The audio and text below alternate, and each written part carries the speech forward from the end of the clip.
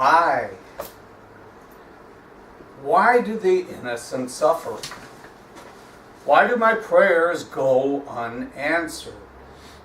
Why can't I see God's will for my life? Well, these are three of the most frequently asked questions that I and others hear, and even sometimes ask myself. And if these questions are of interest to you, please listen up and try to be here over the next couple weeks too, because we'll try to flush out these questions and come to some kind of deeper understanding of the God who created and who sustains us. See, the world is a beautiful place, isn't it? We can see that everywhere. But it continues to be violent and frightening to many. And America is no longer the safe haven we've come to think and believe it to be. Terror attacks of all kinds are happening more and more frequently, not just in other places anymore, and natural disasters seem to be occurring more frequently everywhere, don't they? For example, on December 26, 2004, the earth shook and the waters rose, and over 227,000 people lost their lives in what was to be recorded as the largest tsunami in known history, and the third largest earthquake recorded by a seismograph. And the world was devastated, and lives were changed forever. And then on April 16, 2007, a gunman fired, killing 32 and injuring 17 others on the campus of Virginia Tech.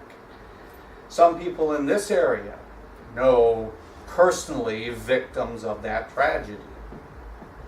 And on December 14, 2012, right nearby where my brother lives in Connecticut, 20 children under the age of 8 and 6 adults walked into the Sandy Hook Elementary School, never to return to their families. A tragic shooting affected the lives of the people of Newtown, Connecticut, and then ultimately also the lives of many people around the country and the world when we heard about it. And similar tragedies are happening with alarming regularity now, aren't they? Well, we tend to think that these kind of tragedies are happening just in our lifetimes, or that they're becoming much worse. And in a way they are, but really that kind of thinking is short-sighted, however, as we can learn from the Bible. Over 2,000 years ago, as we heard in the gospel reading today, a dreadful tragedy occurred. King Herod put out a decree to kill all the youngest boys in Bethlehem in an effort to destroy the baby who would become the king of the Jews. Herod was afraid of him, and extermination was the easiest way, he figured, to eliminate the threat. See, the death of children, innocent and vulnerable, is cast in the very beginnings of the gospel and the Christmas story. 20 children killed, just like Newtown, Connecticut. It's a similar cry to the one we hear from this early life of Jesus.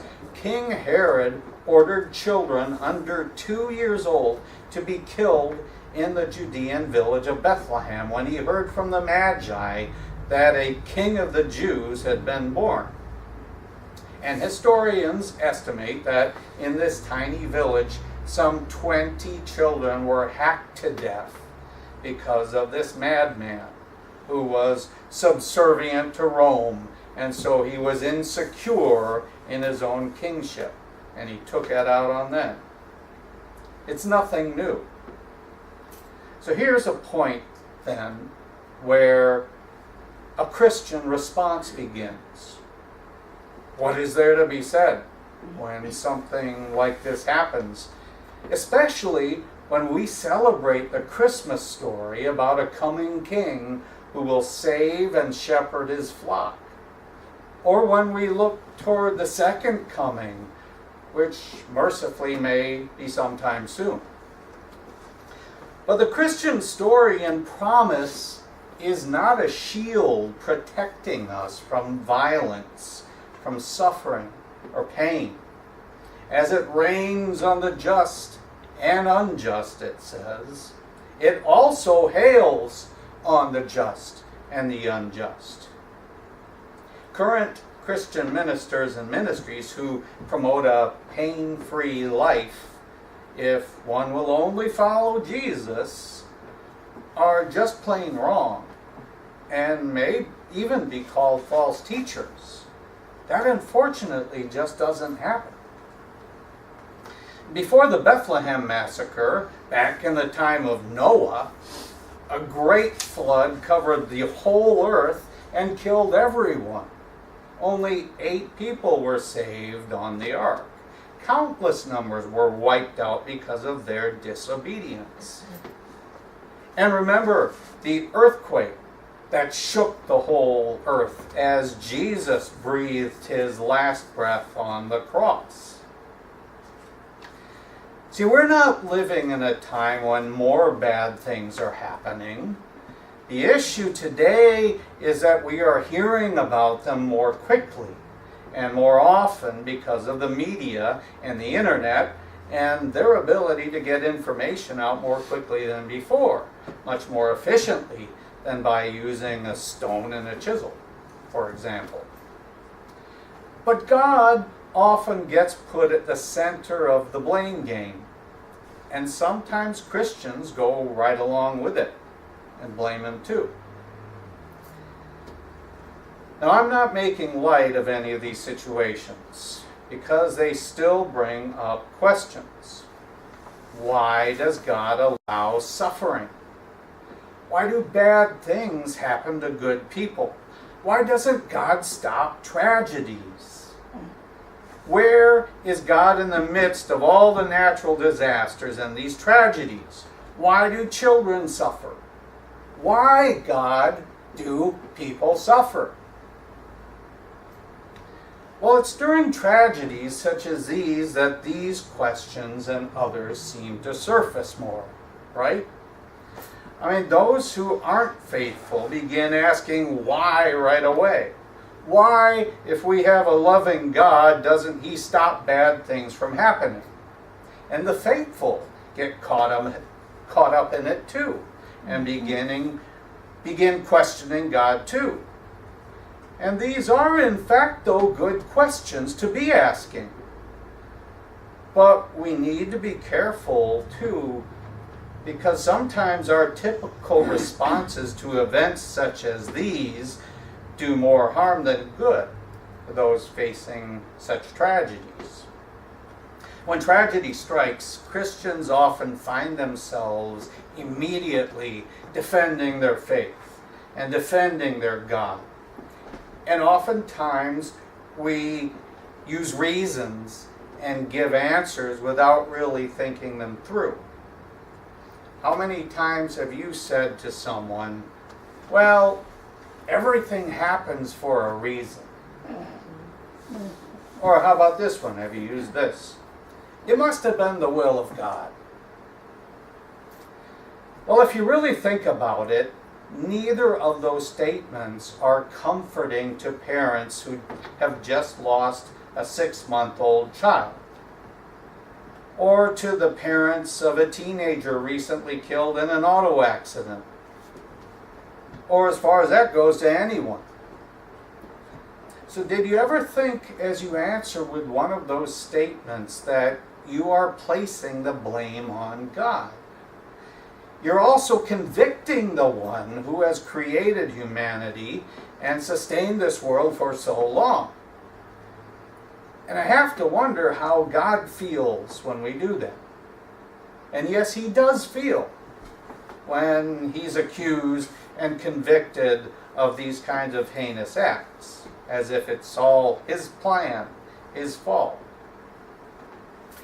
So if we can't use the old standby answers, what are the answers that we can use to explain these things? Well, I read a book by Adam Hamilton called Why? Making Sense of God's Will. And some things in it made some sense to me. I thought I'd share them. He suggests 3 foundational ideas that will help us reconcile God's goodness with the suffering that we experience.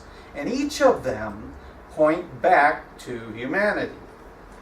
See, when God created human beings and declared his work to be good, he set in motion a relationship in which we would need him for everything.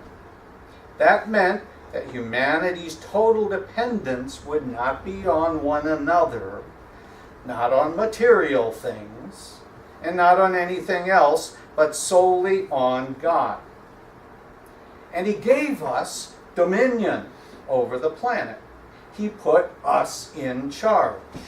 And by so doing, he made us responsible for what happens here. And we heard that in today's Old Testament passage from Genesis. We are in charge. We are to rule over the earth, but not alone. God created and put the earth in motion. He put natural laws in place that would keep it fairly predictable. And when God created human beings, he gave us intellect. He gave us a soul and a conscience so that we could handle some of these things. And these gifts are to guide us as we rule over creation and to help us discern right from wrong. God's way of acting here is to use his people with the gifts that they have been given. So he wants to use us in these situations. Then the second foundational idea also has to do with humans. It's called free will. Free will differentiates us from the animals, for example, because we have the ability to know the difference between right and wrong and to make choices in which way to turn and how to act. We can choose God's way or another way, and this is part of our human existence. And the final foundational idea underlies the reason why God needed to send Jesus. He knew we would be predisposed to stray from what is right. And right from the beginning, with Adam and Eve, humans strayed. And this straying away from God, missing the mark, sinning, is what often leads us into trouble, isn't it? Our actions often negatively affect ourselves and affect others too. And Adam and Eve's disobedience is our story too. We find ourselves drawn to do the things that bring us or others pain somehow. And we're easily tempted to stray from God's path down our own way. So the freedom that God intended as our gift also opens us up to suffering. And I don't think we consider the consequences of our decisions enough and how far they flow.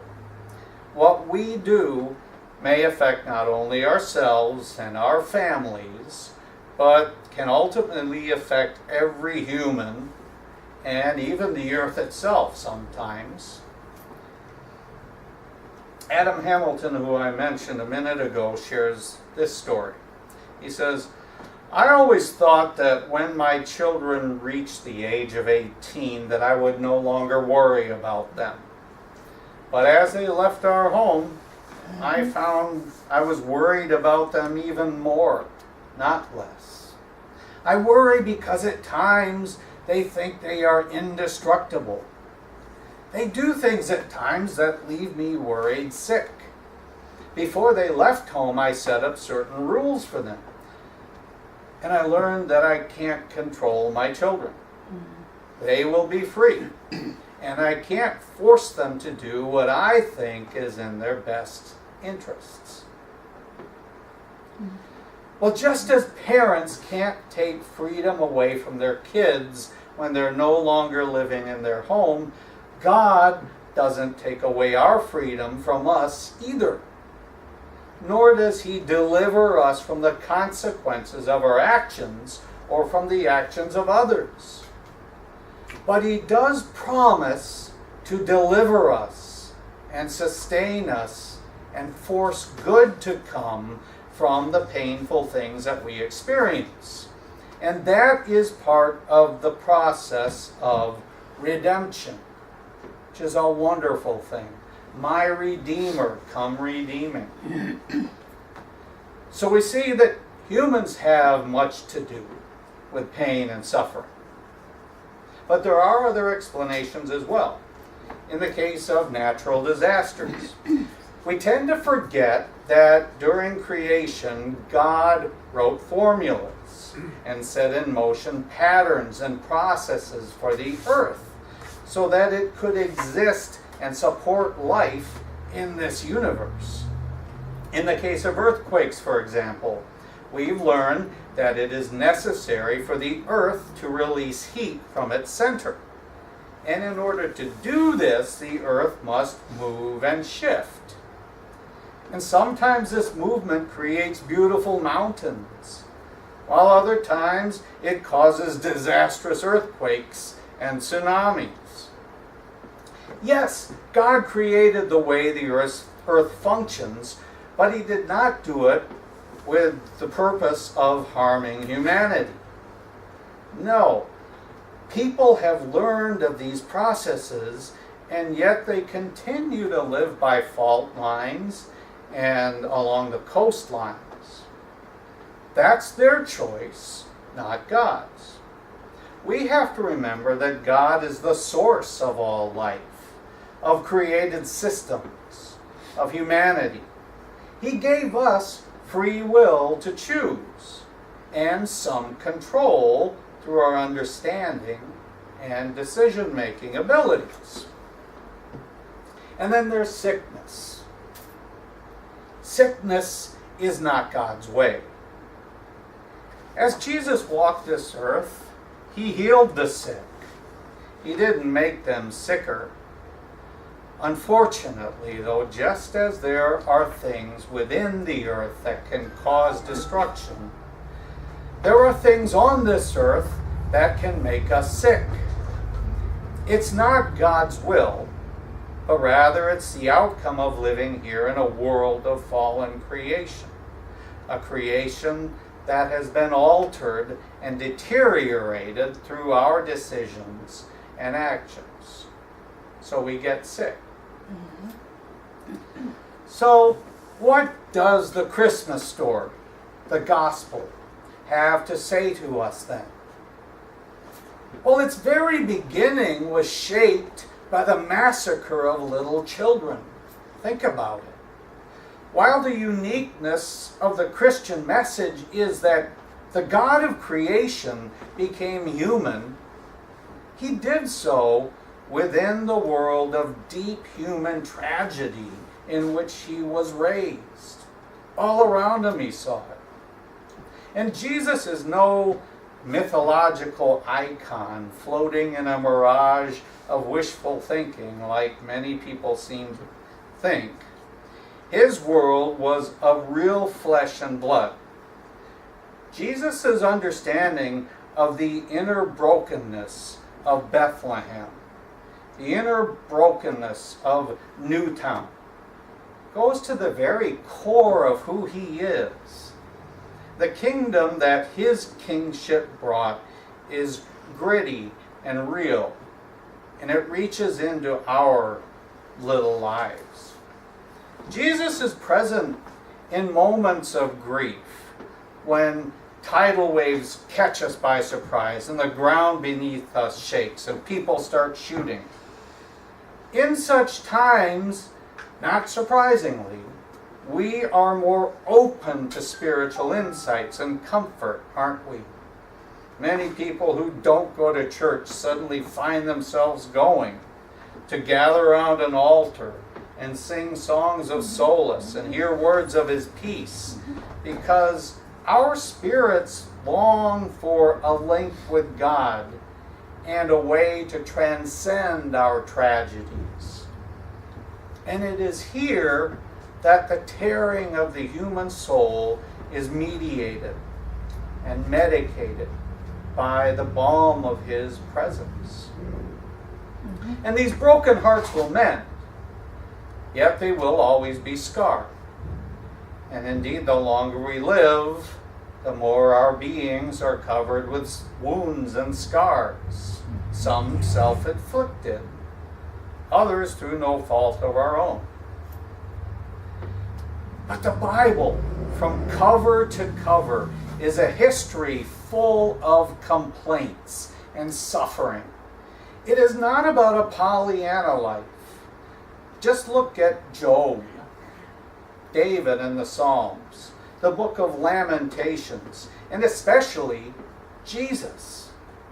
The one who gave it all for God's children at the end of His life was not celebrated. He was crucified. And His followers, the disciples, were not exempt from suffering, and they were Jesus' closest friends. One committed suicide. One was imprisoned and had boiling oil poured over him. And the rest all died for their faith. So Christianity does not promise that we will not suffer. But what it does promise is that suffering will never have the final word, and that we will never suffer alone. That's good news. Jesus Christ, God's only Son, suffered far worse than any of us ever will suffer. He knows about it. He's not happy about it. But tragedy is a part of the Bible's overarching story, that it is not the end of life.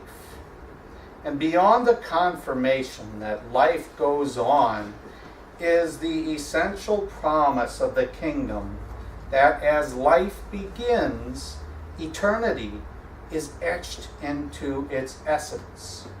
From our very birth, we have eternal life. And life is not all there is to living. Death is not all there is to dying. So to hurting hearts everywhere, the gospel is a present and healing story in the midst of sorrow, and more people need to hear it. And it is a hopeful promise of living forever with God in paradise. That is our hope, and that is our greatest gift. Again, we need to share it more. In Jesus' name, amen. Amen.